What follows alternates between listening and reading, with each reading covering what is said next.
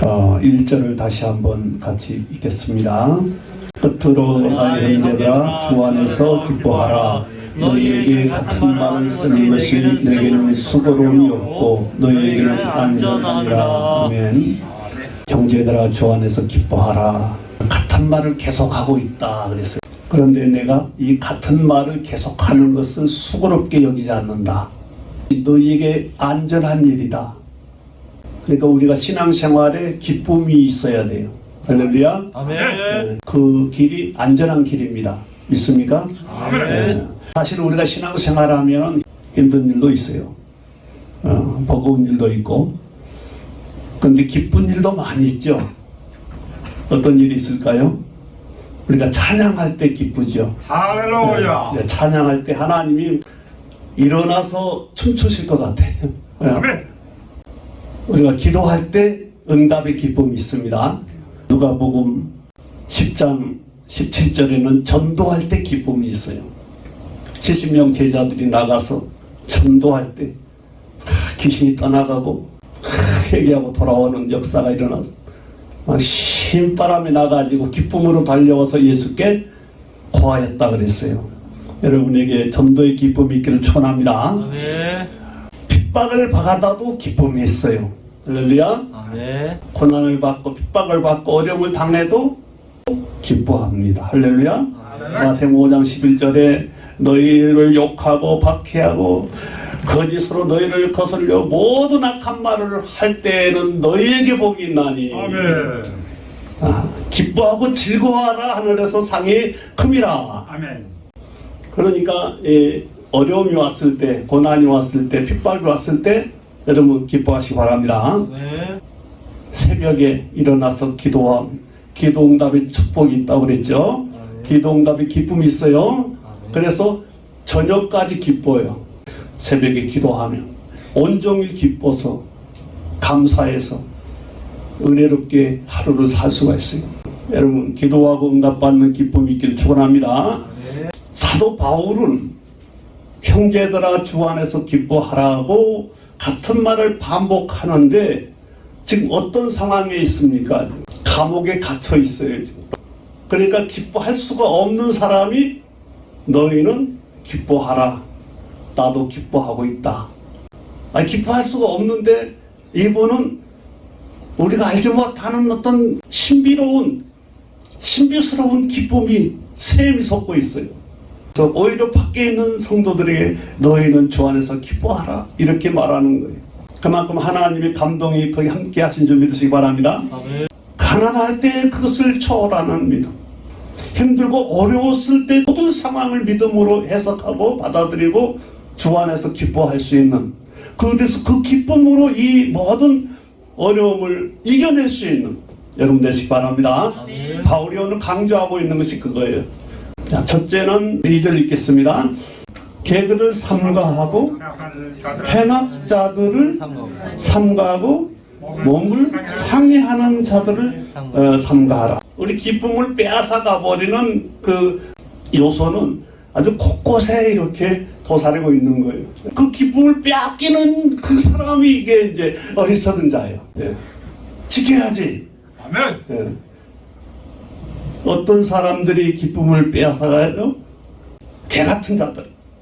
참 개 같은 자들. 성경의 신명기 23장 18절, 사무엘상 17장 43절, 이사야서 56장 10절, 이 개들에 대해서 상징적으로 말을 하고 있어요. 사나운 들개. 그리고 이 사나운 들개처럼 계속해서 물어뜯는 거예요. 계속해서 험담하고 비난하고 물어뜯고 계속해서 공격하고. 여러분 정치판에도 그렇지만 교회 안에도 그런 작자들이 있어요. 사도 바울은 굉장히 세게 나갔어요. 제가 설교할 때 참 개같은 자들이라면 설교 한 번도 안 했잖아요. 그렇죠? 그래서 이 강의 설교 유익이 여기에 있는 거예요. 빠뜨리지 않고 참 싫은 소리도 험한 소리도 들을 수 있는 비결이 강의 설교에 있어요. 한 절도 빠지지 않고 보니까 이런 말씀이 여기 있잖아요. 우리 기쁨을 이 개 같은 자들이 뺏어가 버리는 거예요. 예수께서 마태복음 7장 6절에 진리를 거역하는 자들을 개 같은 자들이라. 진리를 거역하는 자. 여러분 진리를 거역하는 적 없는 줄 믿습니다. 아멘. 예.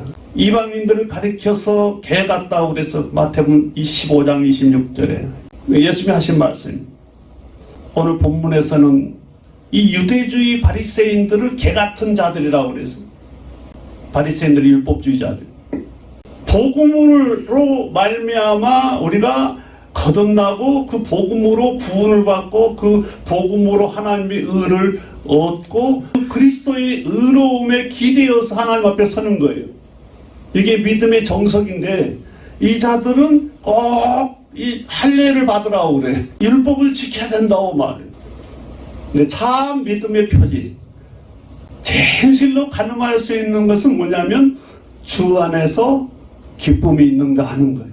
진실로 나를 주님께 의지하고 나를 주님께 맡겼을 때, 던졌을 때 주 안에서 그 기쁨이 나에게 전달이 되고 그 기쁨의 샘이 나에게서 솟아나는 거예요. 샘이 팍 솟아나는 것처럼 주체할 수 없는 기쁨이 이렇게 팍 솟구치는 거예요. 그러니까 야 참 쌀떡에 쌀이 없어도 기쁘고 옛날에 연탄 뗄 때 연탄 다 떨어졌어도 기쁘고 걱정이 안 되는 거예요. 그래서 우리 신생활에서 여러분 이 기쁨으로 신앙생활하는 것이 얼마나 중요한가 보세요.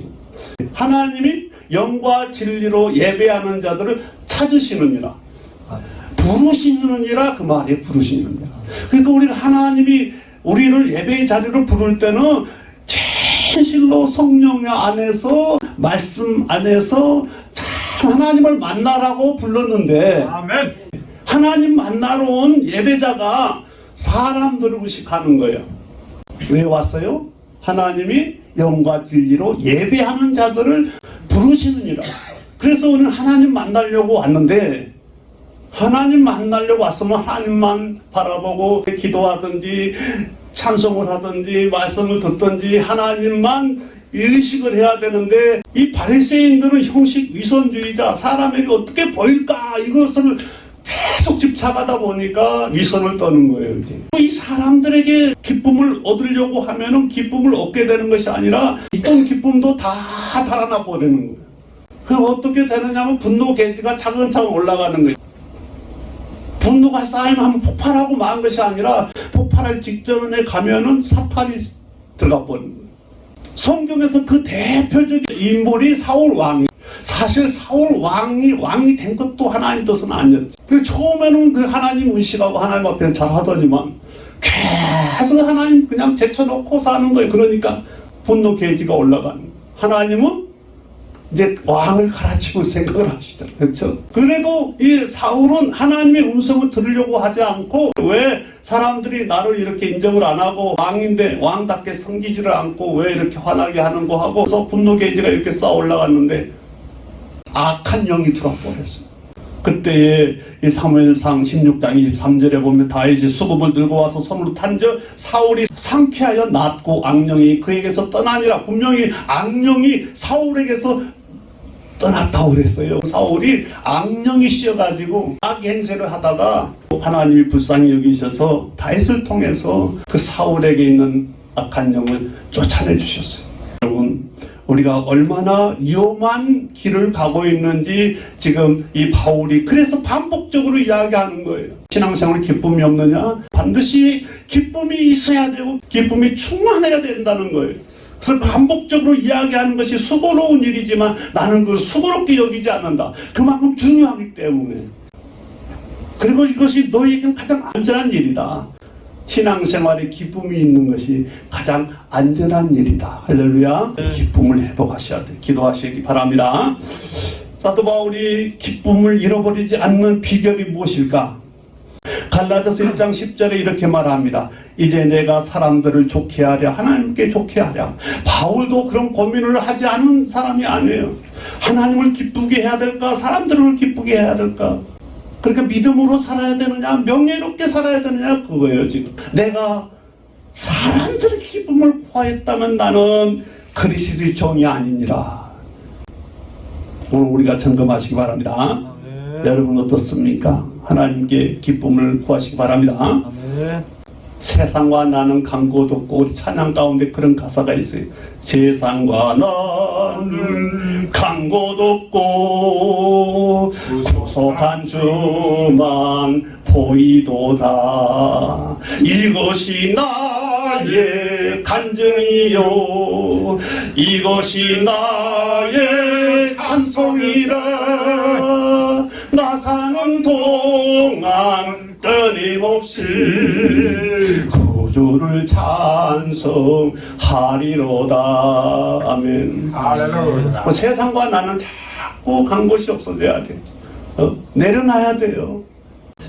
나를 구속하신 예수님만 바라보시기 바랍니다. 아멘. 기쁨이 충만할 줄 믿습니다. 아멘. 두 번째는 3절 읽겠습니다. 하나님의 성령으로 봉사하며 그리스도 예수를 자랑하고 육체를 신뢰하지 아니하는 우리가 곧 할례파라. 할렐루야. 처음에는 수동적으로 피동적으로 계들을 삼가하고 행악자들을 삼가하라.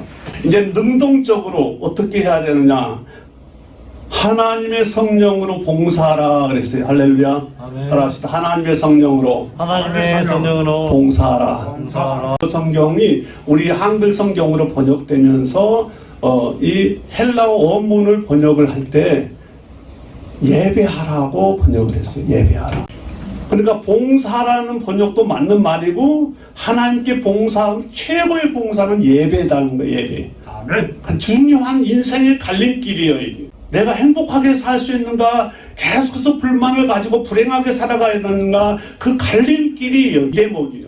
내가 믿음으로 성공할 수 있는가, 실패할 수 있는가, 이 갈림길이 여기 있어요. 다시 한번 보겠습니다. 하나님의 성령으로 하나님의 성령으로 예배하라. 예배하라. 자, 하나님께 예배하는 일이 아주 중요한 일이라 그 말입니다. 요한복음 4장에서 하나님은 영과 진리로 예배하는 자들을 찾으시느니라. 계속해서 하나님은 찾고 계신 줄 믿습니다. 아멘. 그래서 스스로 우리가 예배하러 나올 수가 없어요. 왜냐하면 이건 영과 진리로 예배하러 나가는 길이기 때문에 스스로 이 영과 진리에 끌려갈 수가 없는 거예요. 아멘. 하나님의 성령이 강권하셔서 진리를 따르게 하시고 진리를 순종하게 하시고 진리를 믿게 하시고 그 진리의 맛을 붙들고 나가게 하시는 거예요. 믿습니까? 그래서 예배는 사실은 하나님이 나를 가장 사랑하는 표시예요. 왜냐하면 이 예배가 우리 인생의 성공과 실패를 갈라세우는 분기점이기 때문에 그래요.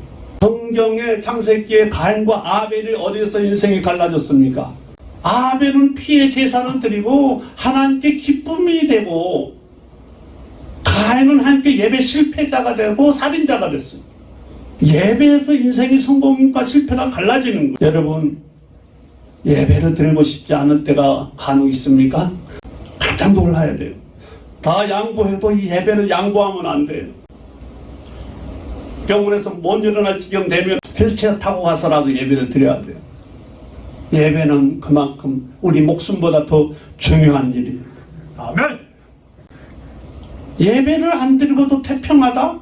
그 사람에게 대해서 소망이 있다고 말할 수 없어요. 예배를 빠졌는데 세상 일은 잘 돼, 돈도 잘 벌고. 그런데 성경은 그것을 어떻게 말합니까? 허사를 경영한다고 그랬어요. 그러니까 돈을 많이 벌었는데 그 허사가 되고 마는 거예요. 헛되고 또 헛되도다 이제 허무주의에 빠질 때가 온다는 거예요. 우리 결코 허무한 인생이 아니에요. 우리 안에 성령이 계십니다. 아멘. 하나님의 말씀이 가득 채워져 있습니다. 아멘. 포도주와 같은 그 성령의 기름 부음이 있습니다. 아멘. 그래서 우리 심령은 하나님의 기쁨으로 가득 차 있는 것이지 이거 비어 있는 게 아니에요. 우리는 마음을 비우는 것이 아니라 세상의 욕심을 내려놓는 거예요. 믿으시기 바랍니다. 아멘. 우리는 예배자로 나가기 위해서 하나님의 영으로 충만함을 받아야 됩니다. 그래서 예배를 바로 드리면 지금 부족하고 가난하고 병들고 없어 보여도 불쌍해 보여도 내가 예배자로 바로 서 있으면 주님이 주신 기쁨이 충만하고 나에게는 그 하나님이 함께 하시기 때문에 아멘. 영생의 소망이 있고 부활의 소망이 있는 거예요. 할렐루야. 아멘. 그래서 하나님이 예배를 그만큼 중요하게 여기신다. 믿으시기 바랍니다. 그래서 여러분 기도하시기 바랍니다. 하나님 예배 삶을 바로 살게 하십시오. 기도하시기 바랍니다. 예배를 통해서 성령의 기름 부음을 다시 채워주십시오. 말씀과 기도로 거룩하여짐이니라. 말씀이 선포되고 기도 함께할 때에 성령의 기름 부심이 있어서 우리 영혼은 더욱 새롭게 거듭나는 줄 믿습니다. 아멘. 마음이 열리게 해달라고 기도하십니다. 하나님 만나러 왔습니다. 하나님 앞에 예배하기 위해서 왔습니다. 이 마음이 열려야죠. 영과 진리로 예배해야 되는데 준비 찬송할 때부터 그냥 마음이 열리게 해달라고 기도하시기 바랍니다. 그래서 예배의 기쁨을 회복하시기 바랍니다. 예배가 아니면 답이 없어요. 이 시대 가장 큰 축복은 예배의 복인 줄 믿습니다. 그 다음에 예수 그리스도를 자랑하라 그랬어요. 그리스도를 자랑하라. 무슨 말입니까? 자기 자신을 자랑하지 마라. 바울은 나도 자랑하려면 얼마나 많은지 모른다. 4절부터 6절에 그런 거예요. 나도 한번 자랑해볼까? 자랑하니까 바울도 자랑거리가 많았어요. 근데 7절에 뭐라고 말합니까? 그러나 무엇이든지 내게 유익된 것을 내가 그리스도를 위하여 다 해로 여길 뿐더러 또한 모든 것을 해로 여기면 내 주 그리스도 예수를 아는 지식이 가장 고상하기 때문이라. 가치관이 달라져. 천국은 마치 진주를 구하는 장사국 같은 이 밭에 진주가 있어요. 그래서 그 밭을 샀어요. 묻어놓고 가서 밭을 샀어. 그게 천국이 그런 것이라고 비유했잖아요. 가치가 세상의 그 어떤 것보다도 고상하고 가치 있는 무엇이요? 예수 그리스도를 아는 지식이 가장 가치 있는 일. 바울은 계속해서 말합니다. 그러므로 육체를 신뢰하지 않는다. 이 기쁨을 누리기 위해서 기쁨으로 신앙생활 계속 잘하기 위해서 지금 3가지 이야기를 하고 있어요. 첫째는 예배 중심인 예배 중심. 두 번째로는 예수만 자랑하는 전도함. 전도하면 거창하게 생각하잖아요. 그때 선교하라면 더 거창하게 생각하잖아요. 그런데 자랑하는 거예요. 내 자랑하면은 이 전도가 아니고 예수님 자랑하면 그게 전도예요. 그래서 예수를 자랑하라. 예수 자랑하라. 그다음에 마지막으로 육신을 신뢰하지 마라. 이 육신을 자랑할 만한 것이 없다는 거예요. 바울은 많이 있었지만 그걸 해롭게 여겼다. 이 말씀이 철학적인 단어입니다. 철학적인 단어. 육신적으로 그러니까 뭐가 많이 있으면 신앙생활에 방해가 된다는 거예요. 부자들은 그러니까 그 재산이 방해가 돼가지고 신앙생활 안 해요. 높은 자리에 있는 양반들은 그게 이 신앙생활에 걸림돌이 돼가지고 신앙생활 안 해요. 높은 자리에 있으니까 내려다보고 있거든요. 하나님보다 더 높은 양반이 어디 있어요? 그걸 모르니까 자기가 제일 높은 자리인 줄 알고 시민들을 우습게 알고 성경으로 볼 때는 얼마나 어리석은 자들이에요. 사람에게는 자랑거리고 사도 바울처럼 이런 훌륭한 분이 지금 자랑할 만하면 얼마나 자랑거리가 많아요. 인생 살고 보니까 그것은 해로 여길 것이다. 신앙생활 잘하는데 방해가 되는 거예요. 그래서 배설물로 여겼다. 그랬더니 예수 그리스도를 만난 다음에는 놀라운 기적 같은 삶을 살았어요. 자신의 삶을 이야기하는 거예요. 내가 이렇게 모든 것을 해로 여기고 배설물로 여기고 이제 버리고 예수님 만났어. 영접했어. 그랬더니 나의 인생에 좌절이 없다. 내가 이런 감옥에 들어 앉아있어. 좌절하지 않는다. 내 인생에는 좌절이 없다. 포기가 없다. 전능하신 하나님을 신뢰하기 때문이다. 예수 그리스도가 나의 구주이시기 때문이다. 바로 그래서 기쁘다. 여러분 정말 신앙 안에서 우리 주님 제대로 의지하면 우리 인생에 절망이 없습니다. 진실로 예수 그리스도를 구주로 보시면 그리스도 안에서 기쁨이 충만할 줄 믿습니다. 그래서 세상과 나는 강보도 없고 근데 사도 바울은 잃어버리니까 어떻게 됐어요? 오히려 더 채워지는 역사가 일어난 줄 믿습니다. 더 고상한 것으로 더 가치 있는 것으로 채워지고 그래서 얼마나 기쁜지 얼마나 기쁜지 그래서 늘 기뻐하라고 여러분도 기뻐하십시오 이렇게 말합니다. 시편 37편 4절에 여호와를 기뻐하라 저가 내 마음의 소원을 이루어 주시리라. 우리 속담에 웃는 낯에 침 뱉지 못한단 말. 그래서 신앙생활을 해도 여러분 기쁨으로 이렇게 하시기 바랍니다. 아멘. 하나님이 여러분 소원을 이루어 주신다고 그랬잖아요. 여호와를 기뻐하라 내 마음의 소원을 이루어 주리라. 더 기뻐하고 찬양하고 이렇게 늘 감사하고 분명히 사도 바울처럼 지금 참 어려운 상황이 있고 불평할 수 있고 정말 원망할 수 있고 분노할 수 있는데 누구 때문에 지금 이걸 이기는 거예요? 그리스도를 위하여 이걸 참고 이기는 거예요. 그리스도를 위하여. 그 하나님이 아시고 어떻게 해요? 그렇게 기쁨으로 생활하니 내가 네 소원을 이루어주리라. 여러분, 이와 같은 하나님의 은혜가 여러분들에게 넘치기를 축원합니다. 기도하겠습니다. 하나님 감사하고 감사합니다.